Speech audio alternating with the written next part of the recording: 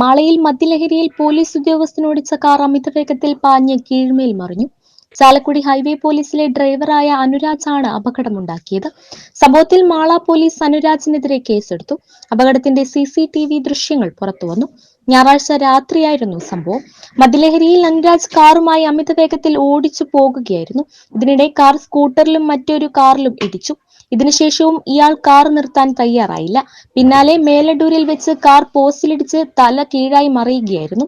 ഇതോടെ നാട്ടുകാർ അനുരാജിനെ തടഞ്ഞുവെച്ച് മാള പോലീസിൽ വിവരം അറിയിക്കുകയായിരുന്നു. സ്ഥലത്തെത്തിയ മാള പോലീസ് അനുരാജിനെ കസ്റ്റഡിയിലെടുത്തു. ഇയാളുടെ കാറിൽ നിന്ന് മദ്യക്കുപ്പികളും കണ്ടെടുത്തു.